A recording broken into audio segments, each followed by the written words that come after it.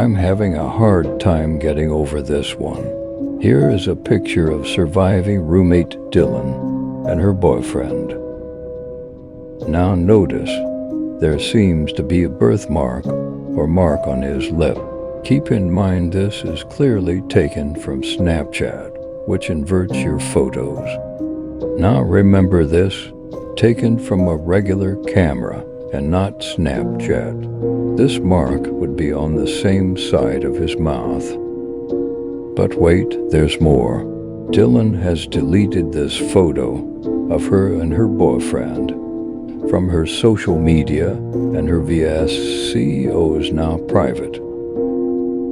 Let's look again. Don't forget the red stains. What do we think?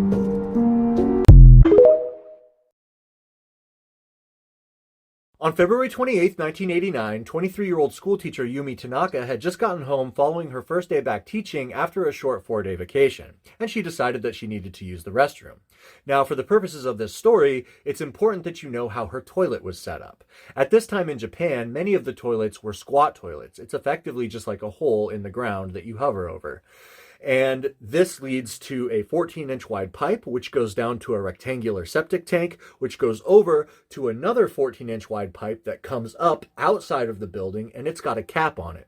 This way, workers can come by and they can just put a pump hose down in the pipe on the outside and suck out the human waste without ever interfering with anybody who lives in the apartment structure. So she goes in to use the restroom, and she can see down through the hole in her toilet, and she notices something very strange. It looks like a leather shoe or something like that, which means somebody might be putting trash down the pipe on the outside of her building. So she goes outside to check it out. And she is further concerned when she goes outside. She sees that the cap is off of that pipe. And she looks down in there and immediately sees a pair of bare human feet. And she screams and she almost passes out. The scream attracts a neighbor who comes over and immediately calls the police. The police show up and quickly determine that the person who is down now in her septic tank is deceased, and they cannot get him out of there. They have to call firefighters who have to bring in an excavator to remove this person from her septic tank. It was later determined that 4 days earlier, a 26-year-old man by the name of Naoki Kano had squeezed down this 14-inch pipe. He had removed his shirt, which he had carried with him because he knew it would be cold down there because it was the middle of winter. So he had removed his shirt and his sweatshirt, and he had crawled down this 14-inch pipe, which was full of human waste, into this small rectangular septic tank, which was full of human waste. He had laid on his back, brought his knees up towards his chest, so he's almost in like a fetal position, but lying on his back, with his face directly below the hole in her toilet, so that hopefully he could watch her go to the bathroom. The problem is that the septic tank was so small that it wouldn't allow him to turn around and get back out again. Not only that, but as I said, it was the middle of winter, and especially with all the humidity coming from the human waste in this septic tank, it was about freezing. So it was about 0 degrees Celsius or 32 degrees Fahrenheit. And eventually, Naoki, after not being able to escape, would just freeze to death inside of her septic tank. And what's more, she had left on vacation the same day he crawled in there, so he never got to even see anything. Hi there. So we decided that we wanted to show off my mom a little bit before my dad shot her. And then I'm going to show you some photos of her in the hospital. So if that is not okay with you, maybe click off now. And then I'm going to show you some photos of what she looks like now. So here she was with my sisters. This was probably mid-2000s. Here she was at my sister's wedding, looking absolutely beautiful in her little mother of the bride dress. And over there is my sister in the wedding dress, and then my dad looking handsome as ever. And then there I am. I believe I am 14 in this picture. Here's a photo that really makes me laugh. This is me and my mom, and this was peak Facetune. Like, this was right when Facetune came out, which is why our teeth are so white that they are glowing. And I had put such a heavy Instagram filter on this photo that you could barely even see it. This was the day before my dad shot my mom and himself. He's directly below me in this photo, and my mom is down there below him. They're both wearing WU gear to support my sister who went there. I'm over there in the patterned cardigan, and my husband now, he was my boyfriend then, is in the blue quarter zip above him. My amazing brother-in-law who married my sister when I was very young is in the orangish shirt above my sister. This was the best holiday we had ever spent as a family. We had no idea what was to come. Life was so good this night. I mean, it was so much fun. We had no idea what was going through my dad's head at the time. He was just so depressed. I just want to warn again that the next photo is going to be a hospital photo. This photo is about 48 hours after it happened. My mom is still intubated, as you can see. She has the dry erase marker in her hand because that was the only way she could communicate with us. I remember at this point she was just crying constantly that she was thirsty, and we were still trying to figure out the story. This is December 15th, which is about 2 weeks after the incident happened, and my mom got to leave the hospital. They already released her. She was just so strong. She was such a fighter through this.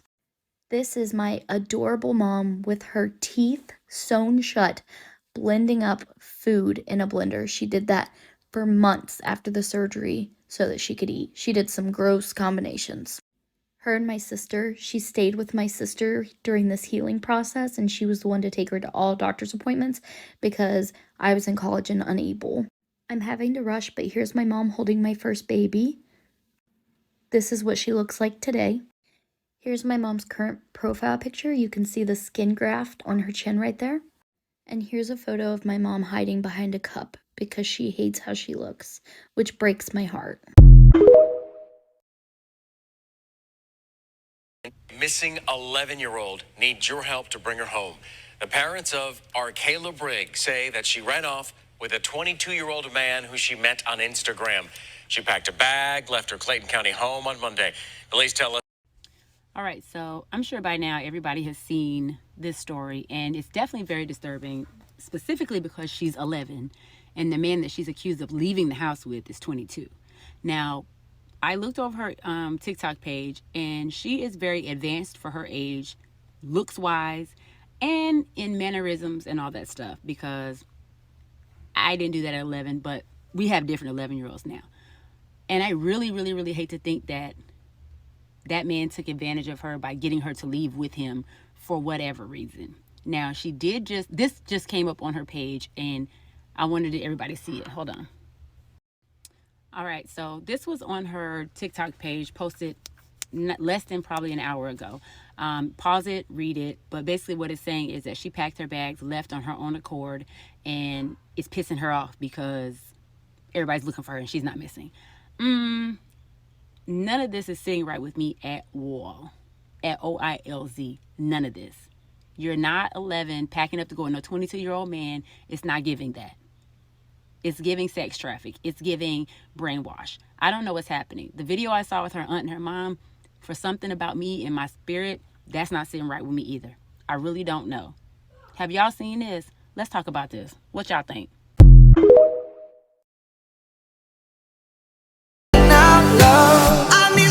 I need somebody who can show me love. You know somebody who can show me love. Hey, please don't let me down this time. I need somebody who can show me love.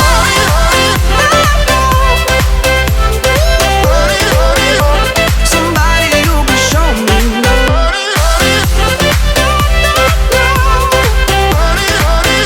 Somebody who can show me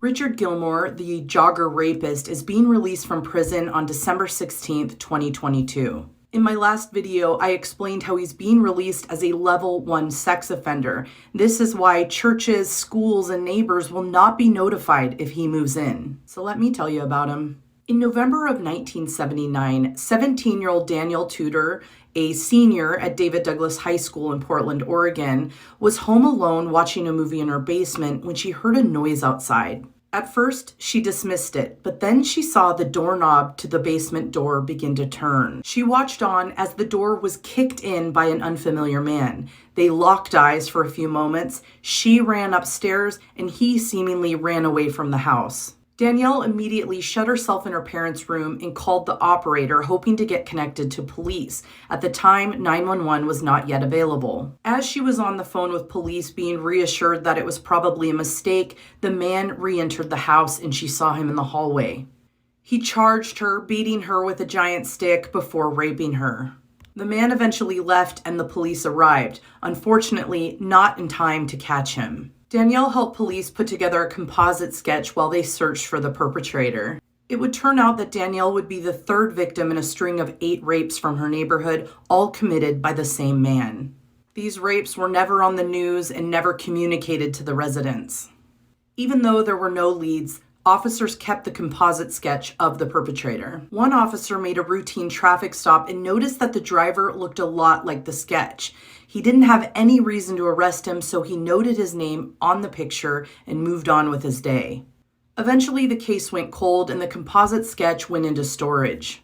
But 7 years later, police would have another chance when the same man would go on to rape another girl, 13-year-old Tiffany Edens.